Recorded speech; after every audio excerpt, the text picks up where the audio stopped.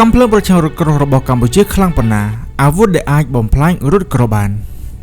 នៅក្នុងសង្គ្រាមសម័យទំនើបរថក្រោះគឺជាអាវុធដ៏មានឥទ្ធិពលបំផុតមួយនៅលើសមរភូមិប៉ុន្តែអ្នកដឹងទេថារថក្រោះដែលមានតម្លៃរាប់លានដុល្លារអាចត្រូវបានបំផ្លាញដោយអាវុធប្រឆាំងរថក្រោះដែលមានតម្លៃទាបជាងយ៉ាងច្រើន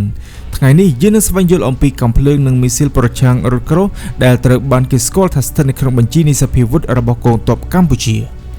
ទី1នោះគឺ RPG-7 អាវុធប្រឆាំងរថក្រោះដែលល្បីបំផុតនោះគឺ RPG-7 RPG-7 ត្រូវបានប្រើប្រាស់នៅជុំវិញពិភពលោកអស់ជាច្រើនទសវត្សរ៍មកហើយវាមានទម្ងន់ស្រាលងាយប្រើ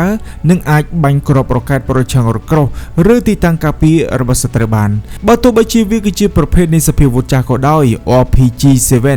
នៅតែមានប្រសិទ្ធភាពប្រឆាំងទៅនឹងរថពាដៃស្រាលនិងគោលដៅនៅចម្ងាយជិតទី2នោះគឺ B40 និង B41ប្រជាជនខ្មែរជាច្រើនបានស្គាល់ឈ្មោះសម្រាប់ B40 និង B41 ជាក់ស្ដែង B40 គឺ RPG-2 ខណៈពេលដែល B41 គឺ RPG-7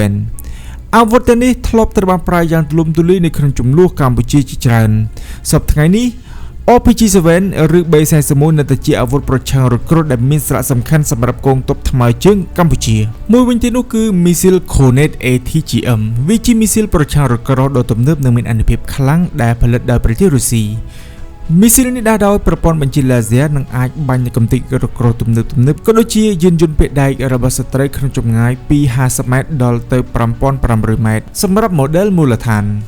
សរុបជារួមមកសម្រាប់អាវុធប្រឆាំងរថក្រោះទាំងនេះវាគឺជាផ្នែកដ៏សំខាន់មួយនៃគោលកម្លាំងការពារជាតិទាំង RPG-7 ឬ B41 គឺជាអាវុធដែលត្រូវបានគេស្គាល់ច្រើននិងត្រូវបានប្រើប្រាស់យ៉ាងទូលំទូលាយនៃគោលកម្លាំងជើងគោកកម្ពុជា